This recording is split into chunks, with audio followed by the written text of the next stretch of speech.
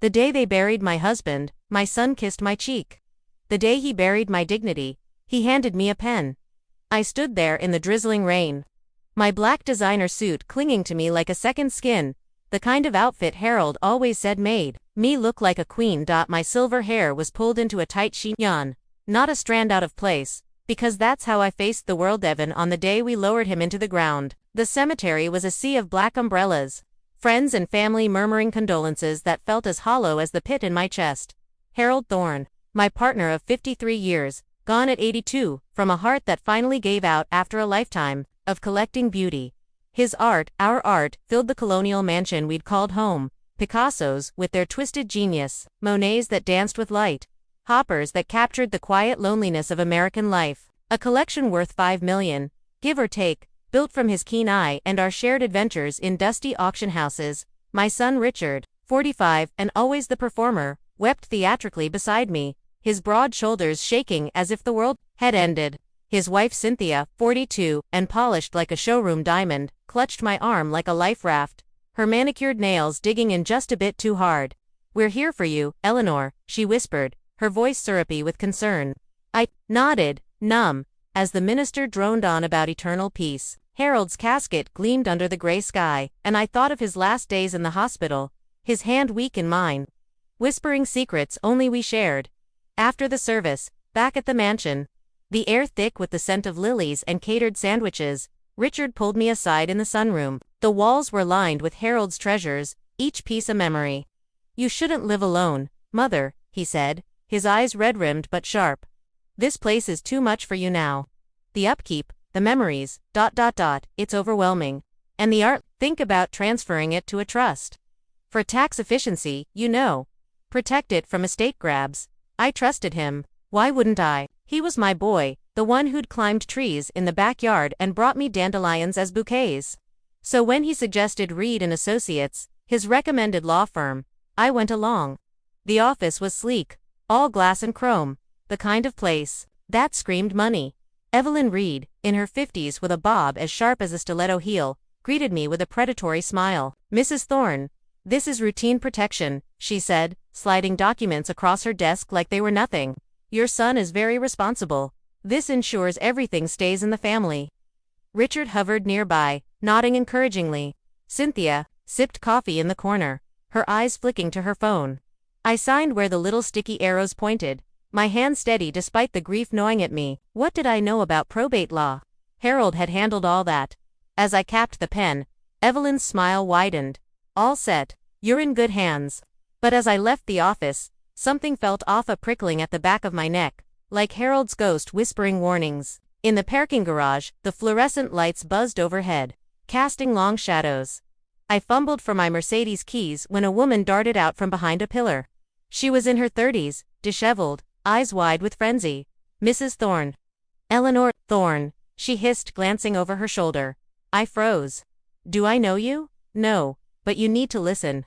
Don't sign anything else with Reed." I was her paralegal, Lisa Chen. "They're forging a mental incompetence diagnosis on you. Your son paid a fake doctor for it. Take this proof." Before I could respond, she pressed a small USB drive into my palm, her fingers trembling.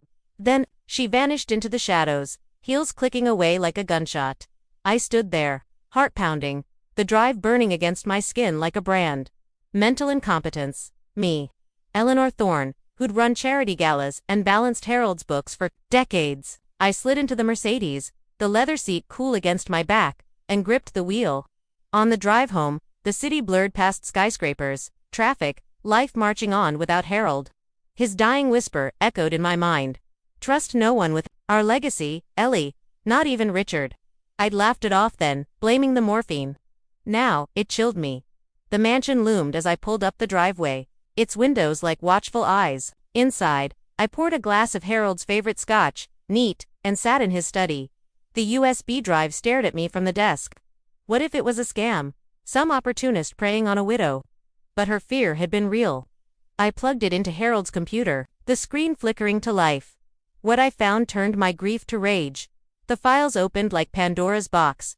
A medical report, stamped and signed by a Dr. Sarah Bennett, declaring me severely cognitively impaired with details of failed memory tests, I'd never taken emails between Richard and Evelyn, casual as lunch plans. Get the art before she realizes we've isolated her.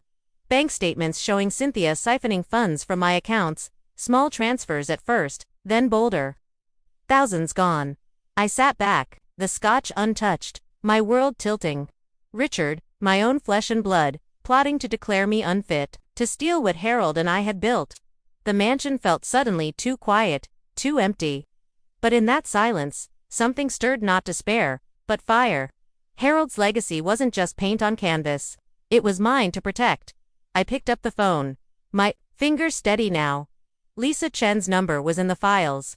It was time to fight back. My son called me paranoid. The documents called me mentally unfit. The bartender called me target. I sat in Harold's study, the USB drive's contents glowing on the computer screen like a betrayal carved in light. The forged medical report, signed by a Dr. Sarah Bennett, declared me severely cognitively impaired. Me, Eleanor Thorne, who'd memorized every brushstroke in our Monets and balanced charity budgets in my sleep. Emails between Richard and Evelyn Reed laid it bare. Get the art before she realizes we've isolated her, Richard wrote. Evelyn replied, the trust is airtight. She'll be in a facility by spring. Bank statements showed Cynthia's fingerprints. $10,000 here. $25,000 there. Siphoned from my accounts to hers. My grief was a raw wound, but this was a knife in the back. I confronted Richard the next morning in the mansion's kitchen. The air thick with coffee and lies. He leaned against the counter, tie loosened, playing the dutiful son. Mother, what's this about a USB drive? You're seeing betrayal everywhere. Grief does that. His voice was smooth, patronizing, like he was soothing a child.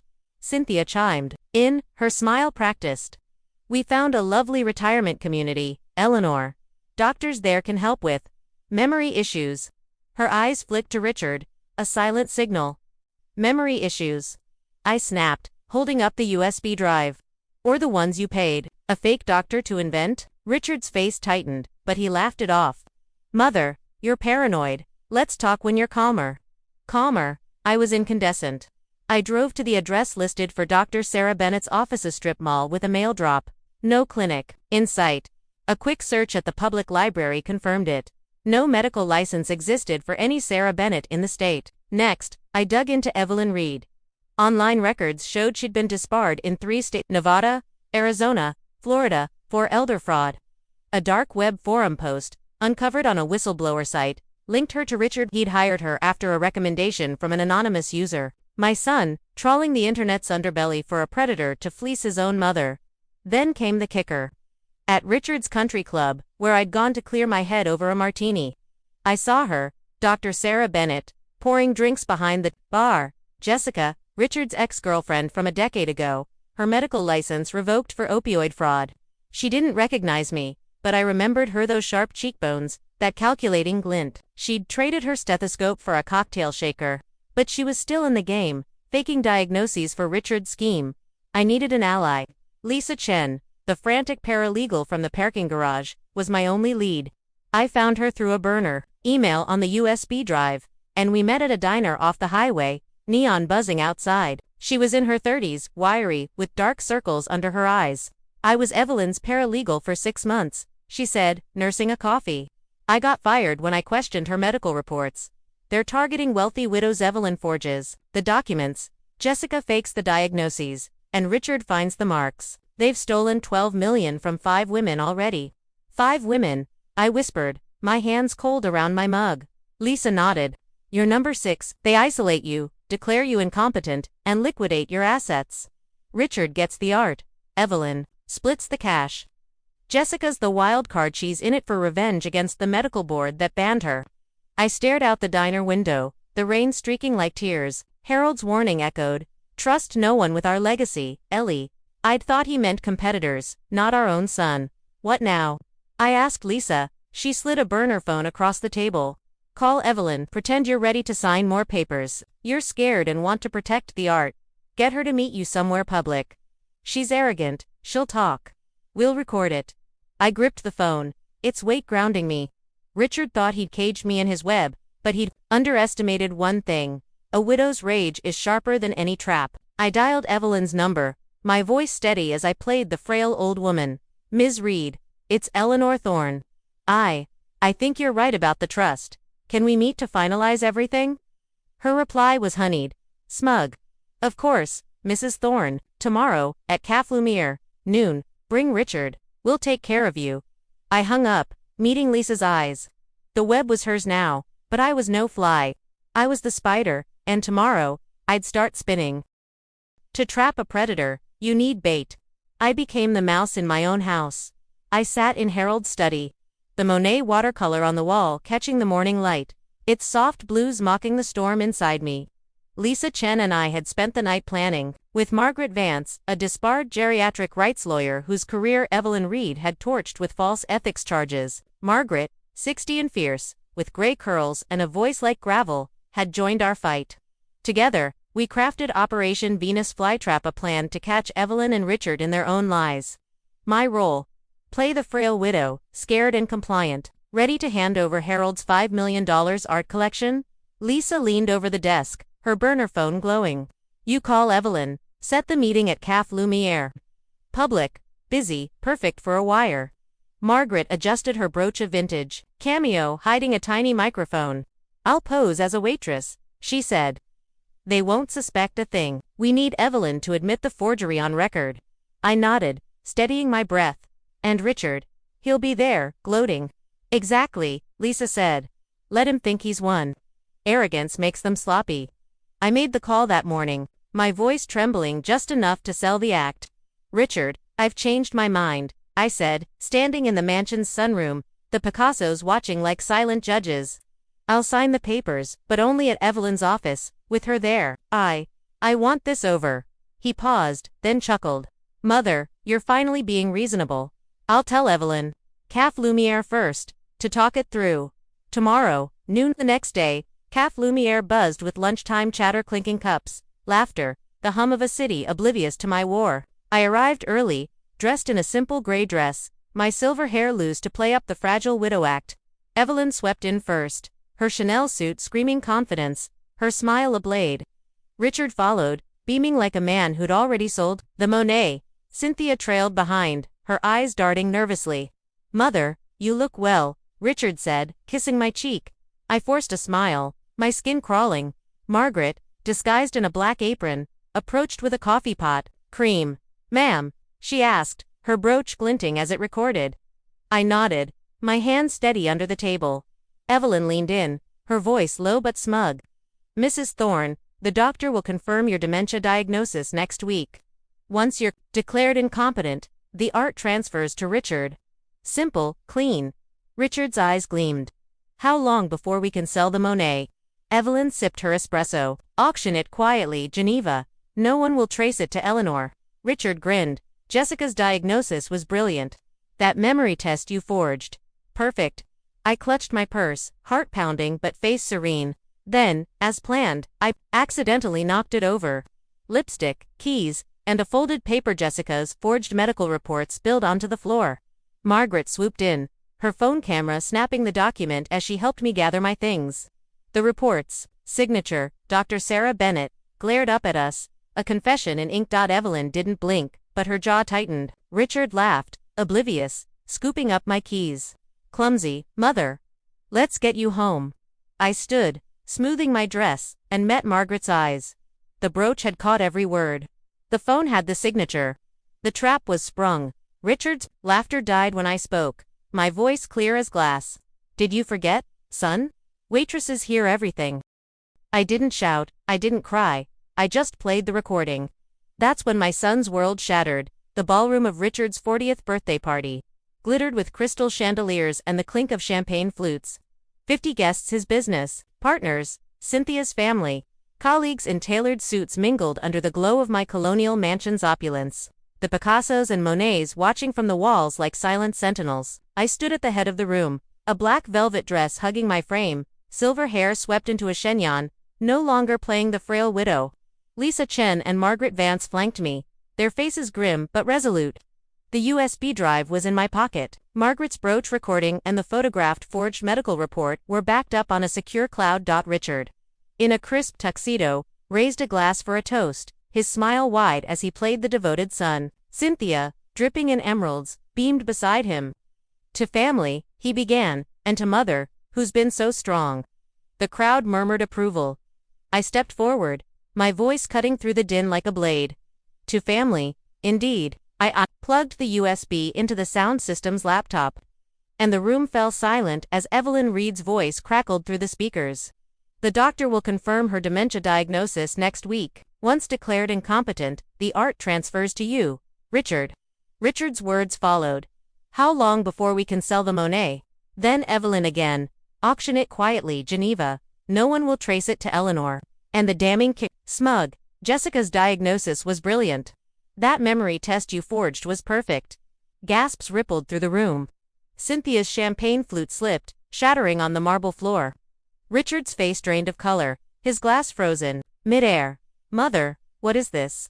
He stammered, lunging for the laptop. Margaret stepped in, her lawyer's poise unshakable.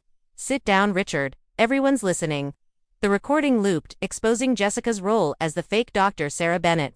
I held up a blown-up print of the forged medical report, her signature glaring under the chandelier light. This, I said, is what my son called protecting me. Stealing $5 million in art, forging my incompetence, draining my accounts. Cynthia swayed, then collapsed into a chair, her family staring in horror. A business partner muttered, fraud, and backed toward the door. Richard lunged at me, his face twisted. You ruined us. He roared, but two of his colleagues restrained him, their loyalty evaporating. The fallout was swift. Evelyn Reed was arrested the next day, charged with fraud and conspiracy. Her law license was permanently revoked. Jessica, unmasked as the bartender and disgraced ex-doctor, faced forgery charges, her medical dreams buried for good. Richard's bank accounts were frozen, his business partners fled, and Cynthia filed for divorce by week's end, her tell-all already in the works. But prison wasn't enough for me. I wanted poetic justice. I announced a live auction of Harold's art collection, titled The Predator's Payback. The event drew global collectors, the mansion packed with cameras and whispers. Every piece Picasso's, Angular Women, Monet, Shimmering Lilies, Hopper's Lonely Diners sold for a total of $5.2 million. The proceeds funded the Thorne Women's Mental Health Sanctuary, a free clinic for elderly women betrayed by their families. Every plaque bore Richard's name, donated by Richard Thorne, who stole from his mother to fund this. Richard wept as the Picasso sold, his face broadcast on the auction's livestream. You've destroyed me, Mother, he choked out, cornered by reporters. I smiled, my voice steady. No, son, you did that. Revenge isn't just about punishment. It's about rebuilding what they broke. The dust settled, but the scars remained. Richard's world had crumbled at his 40th birthday party, his betrayal exposed to 50 horrified guests. Now, months later, he worked as a night janitor at the Thorne Women's Mental Health Sanctuary, the very clinic funded by the $5.2 million from Harold's art collection. I saw him sometimes, mopping floors under fluorescent lights, his tailored suits replaced by a gray jumpsuit. He avoided my eyes, but the plaques bearing his name, donated by Richard Thorne, who stole from his mother to fund this, followed him everywhere. Poetic justice, sharp as a blade. Cynthia, his soon-to-be ex-wife, had spiraled into her own reckoning. Her tell-all book, My Mother-in-Law, Made Me Homeless, flopped, its pages reeking of self-pity. She lived in a rented studio. Now, her emeralds pawned, her socialite status a memory. Jessica, the fake Dr. Sarah Bennett, tended bar at a VFW hall. Her medical diploma hanging behind the counter, defaced with a red stamp. Fraud. Each of them faced their own mirror, reflecting the wreckage of their greed. Meanwhile, the Thorne Women's Mental Health Sanctuary rose like a phoenix from my pain. On opening day, I cut the ribbon, surrounded by elderly women whose stories echoed mine, betrayed by sons, daughters, trusted advisors. The clinic offered free counseling, legal aid, and fraud prevention, a haven for those society deemed too old to fight back. Margaret Vance, reinstated as a lawyer after Evelyn's crimes cleared her name, became the sanctuary's legal director, her fierce advocacy a beacon for justice. Lisa Chen, the whistleblower who'd handed me the USB drive, ran our fraud prevention program, teaching women to spot predators before they struck. I thought the fight was over until Richard showed up at the sanctuary one evening. His janitor's uniform wrinkled, his eyes hollow. You think you won? He spat, blocking the lobby door. Dad promised me a share of the art. You stole my legacy. I stood calm, Harold's portrait on the wall behind me, its quiet strength anchoring my resolve. Your father left a will, Richard, I said, pulling a document from my purse. I'd kept it secret until now, a final card to play. Harold's words, notarized and ironclad, read, to my beloved Eleanor, all assets, to Richard, $1 so he'll never say I forgot him. If he defrauds Eleanor, he forfeits even that. Richard's face crumpled as he read it, his hands shaking.